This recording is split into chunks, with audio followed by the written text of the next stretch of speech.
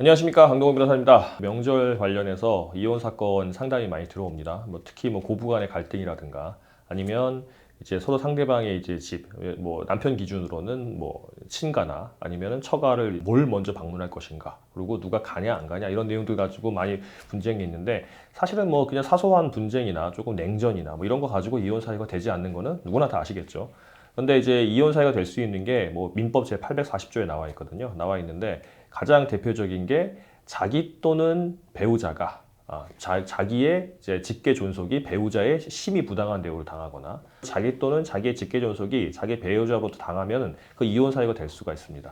예를 들어서 사위가 처가에 갔는데 술을 먹고 칼부림을 부린다든가, 아니면 아주 심한 욕을 한다든가, 그렇게 된다면 나의 이제 부모님인 직계 존속이 나의 배우자로부터 심히 부당한 대우를 받았으니까 이혼 사유가 될 수 있는 거고요. 아니면 며느리가 이제 시가에 갔는데 시부모님이 며느리에게 심한 욕을 한다든가, 아니면 이제 폭행을 행사한다든가, 그렇게 해서 그 배우자의 직계 존속으로부터 내가 심히 부당한 대우를 받았다면 그것도 이혼 사유가 될 수 있습니다. 이건 당연히 될 수 있는 거고, 그럼 증거가 있거나 녹취가 있거나 촬영이 돼 있거나 그렇게 되면은 당연히 이혼 사유가 됩니다.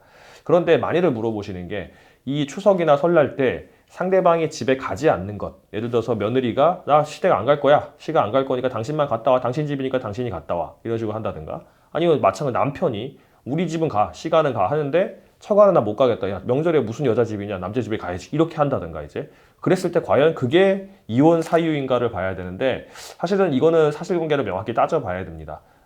하금신 판례 중에는 종갓집에서 며느리가 제사를 지내지 않고 10년간 이제 같이 방문을 안 했을 경우는 이혼 사유가 된다, 이게 있었는데, 사실 그 자체로 이혼 사유는 아니고요. 그로 인해서 가정 불화가 발생하고 이게 원만히 해결하는 노력이 없었다고 한다면 여성에게 이제 그 이혼 사유가 된다, 이런 내용도 있습니다. 그래서 이거는 사실은 기타 이제 결혼을 유지할 수 없는, 혼인 관계를 유지할 수 없는 중대한 사유에 해당하는 거거든요. 840조 6호에 해당하는 거라서 서로 상대방의 이제 배우자의 본가에 방문하지 않는 게 이혼 사유가 되냐 안 되냐, 거기에 된다 안 된다 말을 할 수는 없어요. 그런데 실제 구체적인 사안들에서 우리 집만 가고 상대방 집 안 가고 그게 몇 년간 지속되고 그게 이제 소명이 되지도 않고 원만히 해결할 노력이 없었다라고 한다면 그 사람에게는 이혼 사유가 있는 거고 유책 배우자가 되는 거고, 그리고 상대방이 그 사람에게 이혼 청구를 할 수도 있다고 보입니다.